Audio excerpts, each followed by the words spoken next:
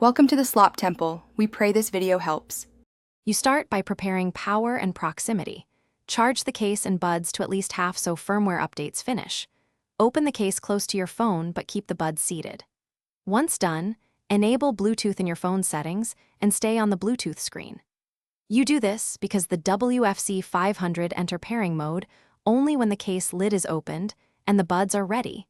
Make sure other active headphones are turned off to avoid confusion during pairing. You remove the earbuds to trigger Bluetooth advertising. On your phone, select WF C500 and accept the pair request. Once paired, check each earbud's touch control.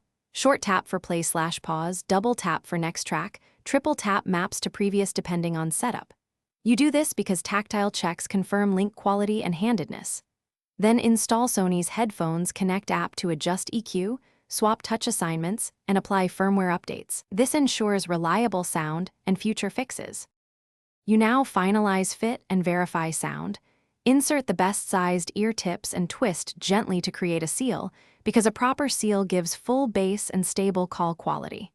Play a familiar track and tweak EQ in the app until vocals and bass balance. If things fail, reset the buds.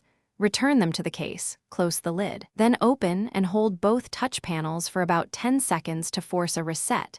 This clears pairing glitches. Thanks for watching. Consider subscribing if we helped you.